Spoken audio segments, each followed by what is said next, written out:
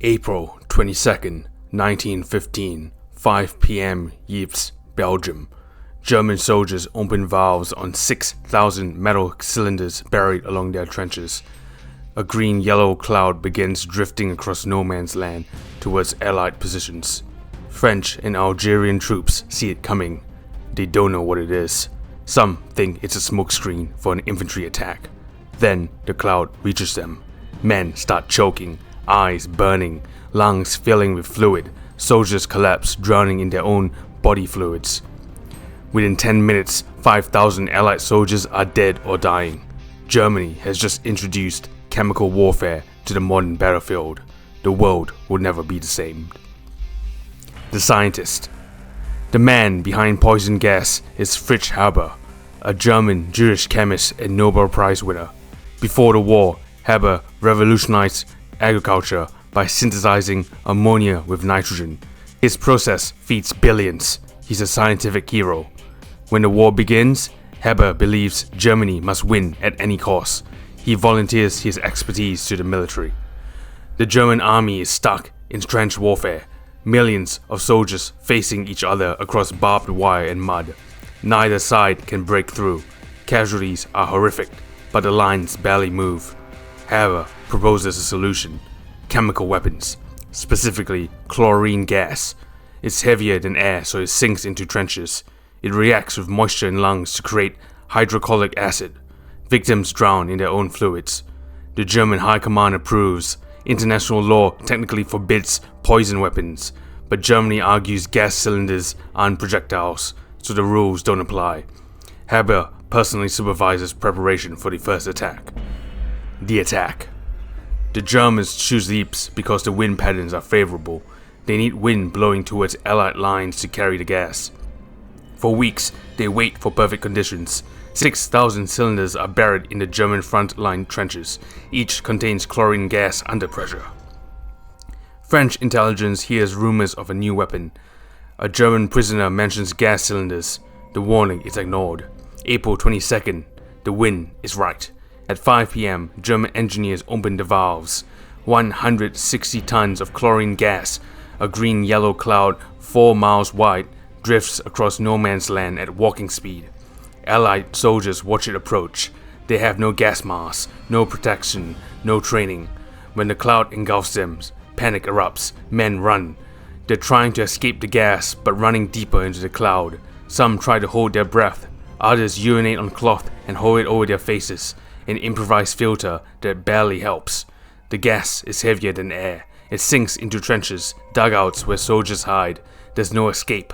German infantry advance behind the cloud. They expect to find everyone dead.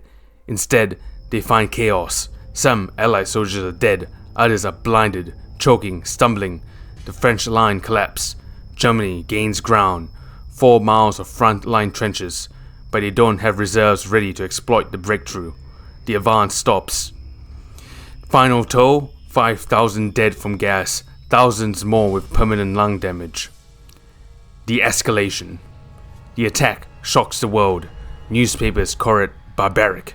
The Allies condemn Germany for using poison weapons. Then they copy it. Within months, Britain and France develop their own gas weapons. They use chlorine, then phosphine, more lethal, then mustard gas, which burns skin and causes blistering. Both sides experiment constantly. Tear gas, nerve agents, delivery methods improve. Instead of releasing gas from cylinders, they fire it in artillery cells. More precise, less dependent on wind. Soldiers on all sides live in constant fear. You can see bullets and shells. You can't always see gas. Attacks happen at night. You wake up choking. Gas masks become mandatory. Every soldier carries one. But the masks are imperfect. Early versions leak. Extended exposure still kills. 1918, 30% of all artillery shells contain chemical agents. Over 1 million casualties from gas during World War I. 90,000 dead. The horror Haber unleashed at Ypres has become standard warfare. The aftermath. After the battle, the world tries to ban chemical weapons. The Geneva Protocol of 1925 prohibits use of poison gas in warfare. Most nations sign. Fritz Haber wins the Nobel Prize in Chemistry in 1918. Many scientists boycott in protest. How could you honor a man who invented chemical warfare? Heber sees no contradiction. His wife, also a chemist, disagrees. Horrified by his work, she shoots herself with his service pistol. Chemical weapons appear sporadically between wars. Italy uses mustard gas in Ethiopia.